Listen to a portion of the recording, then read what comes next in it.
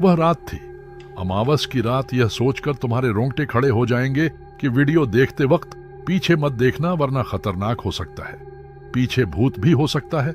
सोच लो, देखना मत। देखोगे तो काम से जाओगे मत। देखो मत। चुपचाप वीडियो देखते रहो। देखो कहाँ था, देखना मत। देख लिया ना, कुछ भी तो नहीं था। मगर डरे ना, इसी तरह के भय को ही तो डर कहते हैं। डर एक ऐसी चीज बनाई है भगवान ने कि पूछो मत। बस हम लोग डर डर के जीते जा रहे हैं। जाने कब यह डर खत्म होगा, शायद मरने के बाद, क्योंकि मरने के बाद तो सारे डर खत्म खल्लाश हो जाते हैं। देखो, यह सब बकवास है, बहुत हो गई ये डर की बातें कहानी। देखो चलो, डर तो अभी लगेगा जब वीडियो देखोगे। एक समय की बात है, अकालगढ़। मैं कभी भी अकाल नहीं पढ़ा था, तब भी इसका नाम अकालगढ़ था, और अकाल अब पड़ता है तब भी इस गांव का नाम अकालगढ़ है। इस गांव के अकाल पड़ने की भी एक कहानी है। सुनाओ क्या नहीं? अरे नहीं सुनाऊंगा तो तुम्हें क्या घंटा समझ में आएगी। चलो अब असली बात पर आते हैं। अकालगढ़ में दो भाई नीरज और राजू अपनी बीवी के साथ बढ़िया रहा करते थे। राजू और नीरज में अच्छी बनती थी। नीरज का विवाह नहीं हुआ था, पर होने वाला था। कुछ दिनों बाद नीरज की भी शादी हो गई। कुछ दिनों तक तो ठीक ठाक चलता रहा, पर उनकी बीवियों में आपस में नहीं बनती थी, तो उन्होंने अलग अलग रहने का फैसला किया। दोनों अलग अलग रहने लगे। राजू अलग होने पर बहुत कामचोर हो गया था। पहले वह भाई नीरज के साथ थोड़ा बहुत काम काज कर लिया करता था। वह दिन दिन और कामचोर होता गया और उसकी आर्थिक स्थिति खराब हो गई, और नीरज अपना काम काज सही करता रहा। उसने अपनी मेहनत से काफी अनाज खेत से उगाया। यह सब देख देख कर उसका भाई राजू बहुत जलता था, पर नीरज अपनी तरफ से सही था। एक दिन राजू और उसकी पत्नी ने मिलकर नीरज की पत्नी को रात में मार दिया। नीरज किसी काम से बाहर गया हुआ था। दोस्तों, वह रात अमावस्या की रात थी। चांद अपनी पूरी रोशनी पर था। तारे टिमटिमा रहे थे। रात बिल्कुल शांत थी।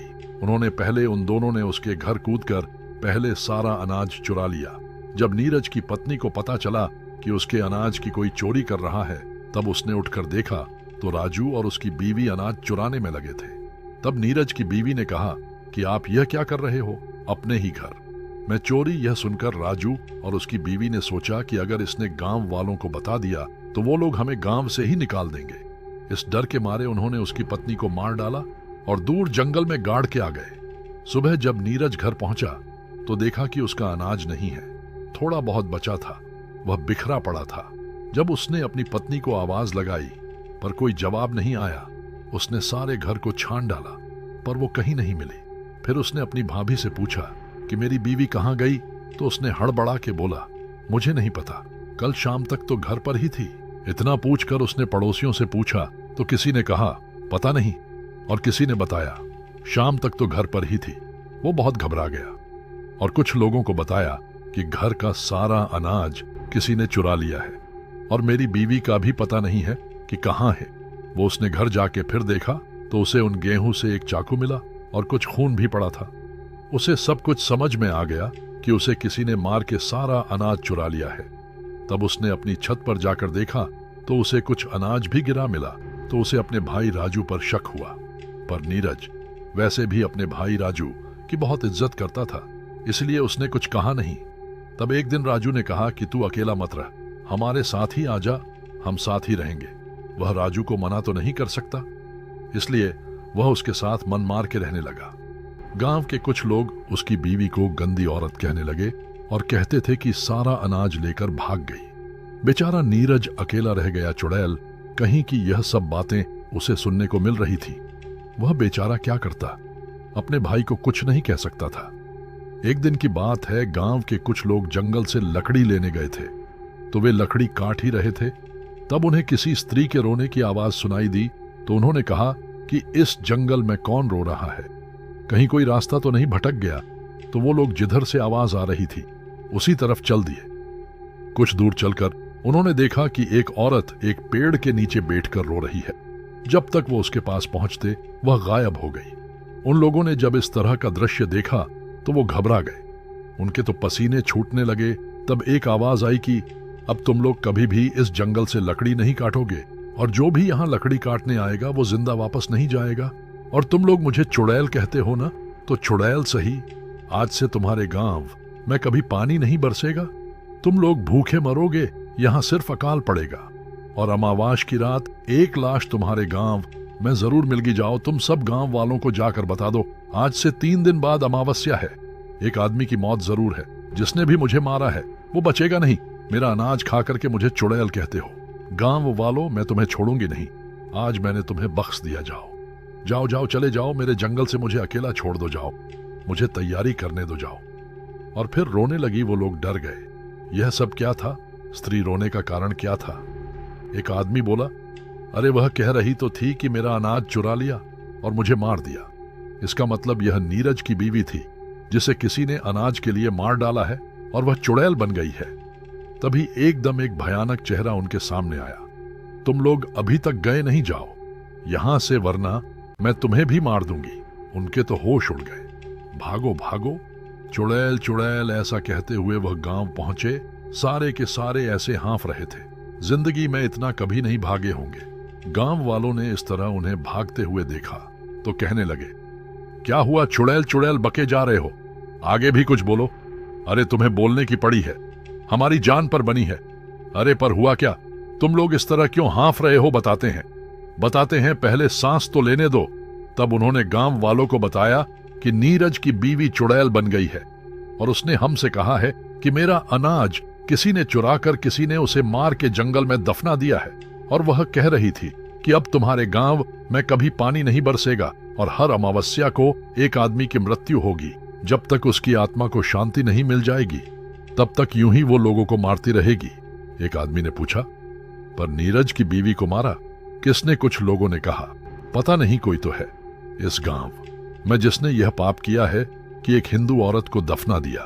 पर जिसने भी यह काम किया है, उसकी वजह से सारा गांव मुसीबत में पड़ गया है।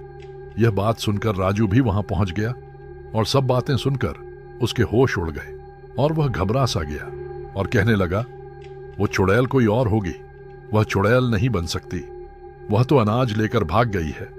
कुछ गांव वालों ने कहा, वो तो अमावस्या को ही पता चलेगा कि किसने उसकी हत्या की थी। चलो आने अपने घर जाओ, सब लोग जो होगा देखा जाएगा।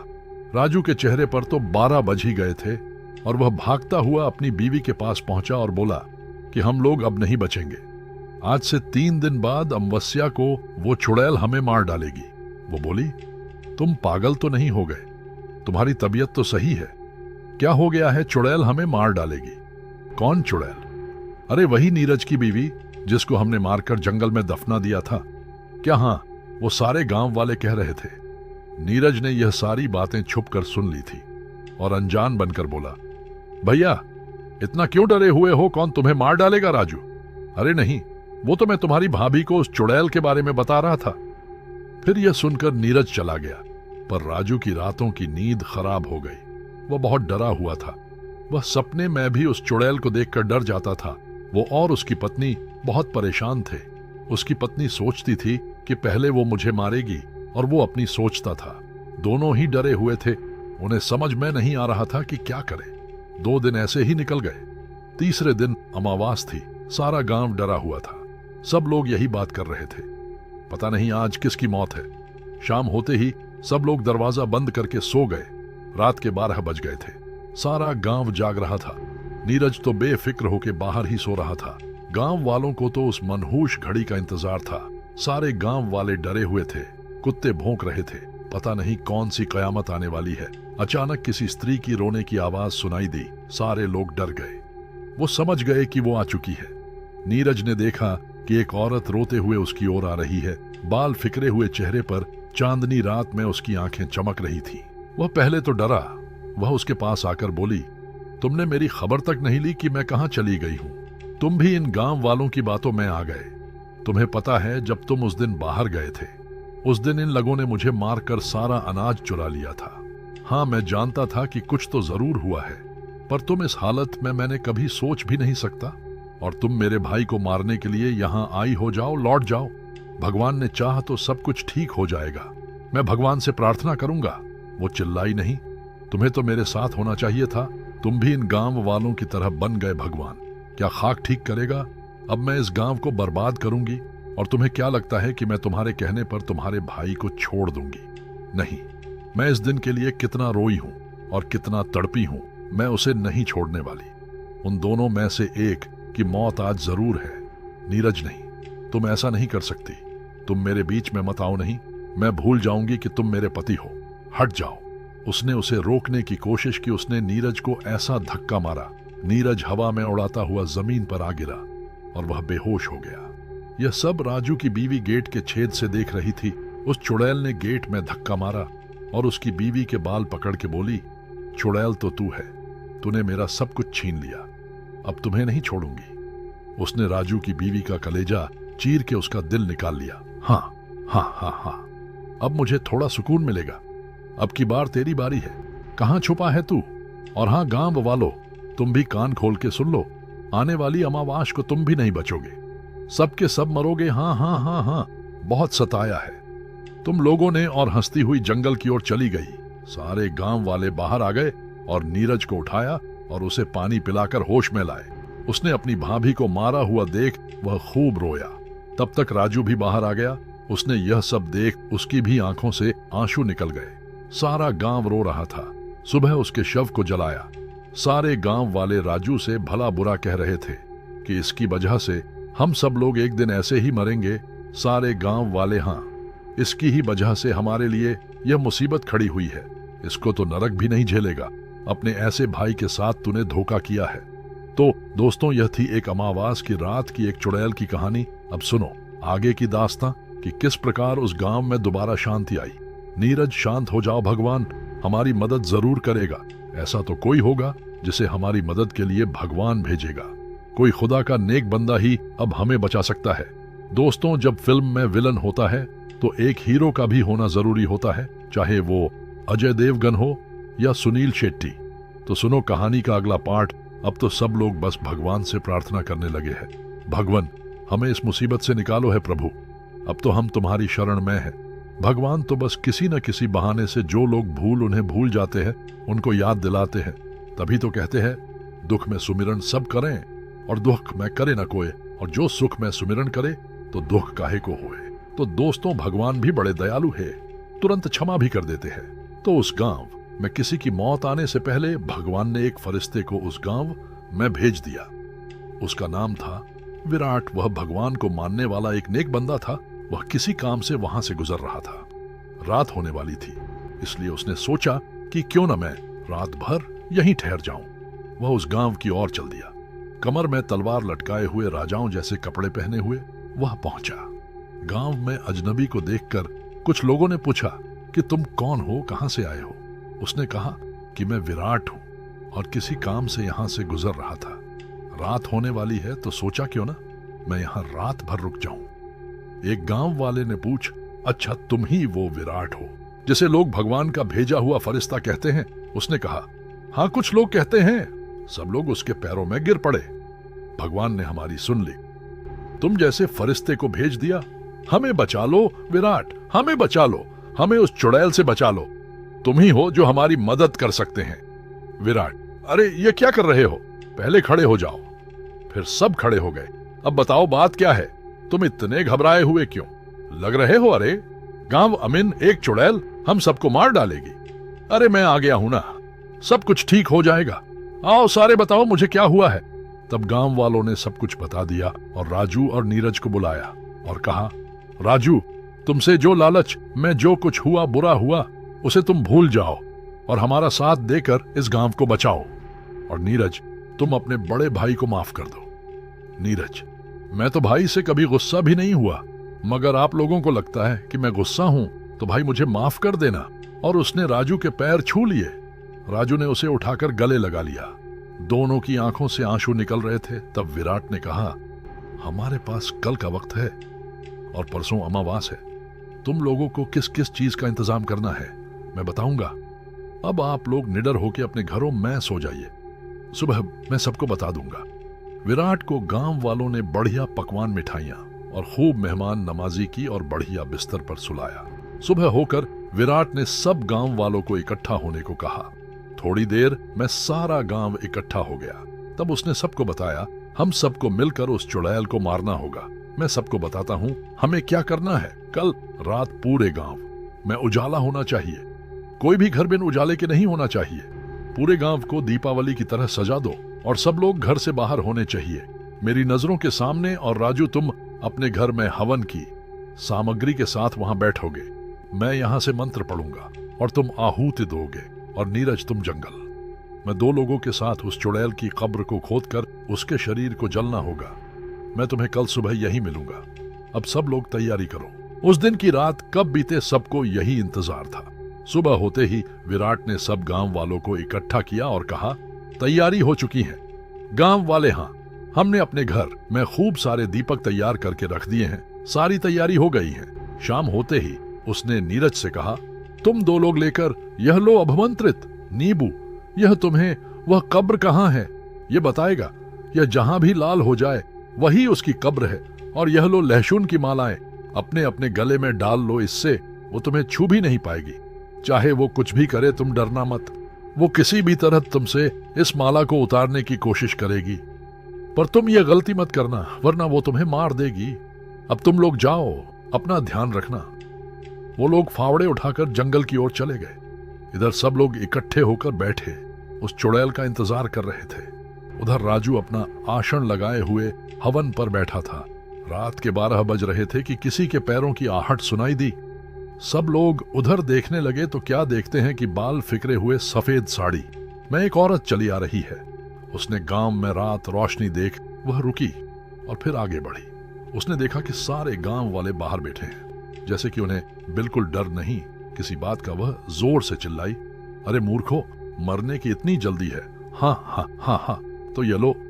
उसने जोर से हवा चलाई कि सारे दीपक बुझ गए। सारे गांव में अंधेरा हो गया। सारे लोग डरने लगे। वह कभी इधर दिखे, कभी उधर। हाँ हाँ हाँ हाँ हाँ, अब तुम सब लोग मरोगे, ऐसा होते देख। विराट ने कहा, रुक जाओ, इन गांव वालों को छोड़, मुझसे लड़, इनसे मैंने कहा था। यह सब करने को चुड़ैल बोली। तू कौन है? वह बोला, मेरा नाम विराट है और तुम किसी को बिना नुकसान किए हुए यहां से चली जाओ, वरना मुझे तुम्हें मारना पड़ेगा। चुड़ैल, तू मुझे मरेगा। हाँ हाँ हाँ हाँ, ये मुझे मरेगा। यह ले। उसने उसको अपनी शक्ति से बहुत दूर फेंक दिया और वह दीवार से जा टकराया। विराट, आ मेरा सर लगता है, इसे सबक सीखना ही पड़ेगा। उसने अपनी तलवार निकाली और उस पर हमला कर दिया। वह एकदम गायब हो गई। उसका वार खाली निकल गया। अब वो गायब हो गई, बस आवाज सुनाई दे रही थी। विराट ने भगवान से प्रार्थना की और आंखें खोली। अब उसे वह चुड़ैल दिखाई देने लगी। उसने अपनी तलवार से उसके चोट पहुंचा दी। अब वह अपने को हारता देख वह राजू की और लपकी विराट ने मंत्र पढ़ना शुरू किए हैं। प्रभु, मैं अपने पापों को कबूल करता हूं, मुझे माफ कर दो। मैं आगे से कभी ऐसी भूल नहीं करूंगा। यही राजू दोहरा रहा था और वह हवन में आहुति दे रहा था। वह उसके ऊपर लपकी। उससे पहले ही विराट ने अपनी तलवार निकाली और उसके पेट में घुसेड़ दी। तलवार उसके पेट को चीरते हुए पार निकल गई। वो चिल्लाई, आ। वो भागती हुई जंगल की ओर चली गई। उधर नीरज और उसके दोस्तों को वो कब्र मिल गई। वो उसे खोद ही रहे थे कि उन्हें किसी के चिल्लाने की आवाज आई। वो समझ गए कि चुड़ैल आ रही। उनके खोदने की स्पीड बढ़ाई और उसकी लाश को निकाला। वो उस लाश को निकाल पाए ही थे कि वह वहां आ पहुंची। वो उन पर झपटी जैसे ही उसने उन पर हमला करना चाहा। वह चीख कर ददोड़ जा गिरी। वह लहसुन को देखकर दूर से ही चिल्लाए जा रही थी, उसे मत छुओ, उसे मत जलाओ। तब तक विराट भी उसका पीछा करते हुए वहां आ पहुंचा। उसने कहा, जल्दी से इस शरीर को जला दो। उनके तो हाथ कांप रहे थे। माचिस भी नहीं जल रही थी और वह चिल्लाए, नहीं जा रही थी। नहीं, मुझे छोड़ दो, उसे मत जलाओ। माचिस जलते ही उसने उसमें आग लगा दी। शरीर जलने लगा और वह भी जलने लगी। वो नहीं, मुझे छोड़ दो, मुझ पर रहम करो। और वह राख के ढेर में परिवर्तित हो गई। विराट ने उन तीनों को शाबाशी दी और वह गांव वापस आ गए। सारे गांव वाले अब बहुत खुश थे। सब ने विराट का धन्यवाद किया। सुबह होते ही विराट ने कहा, अब मुझे चलना चाहिए। सब गांव वालों की आंखों में आंसू आ गए और सबको राम राम करके विराट आगे बढ़ गया। दोस्तों, आप लोग वीडियो को लाइक नहीं करते, सब्सक्राइब की तो बात ही छोड़, दोस्तों समझा करो। वीडियो बनाने में बहुत मेहनत लगती है। प्लीज लाइक कर दिया करो और मन करें तो सब्सक्राइब भी कर दिया करो दोस्तों, ताकि हमें भी मोटिवेशन मिलेगा वीडियो बनाने के लिए।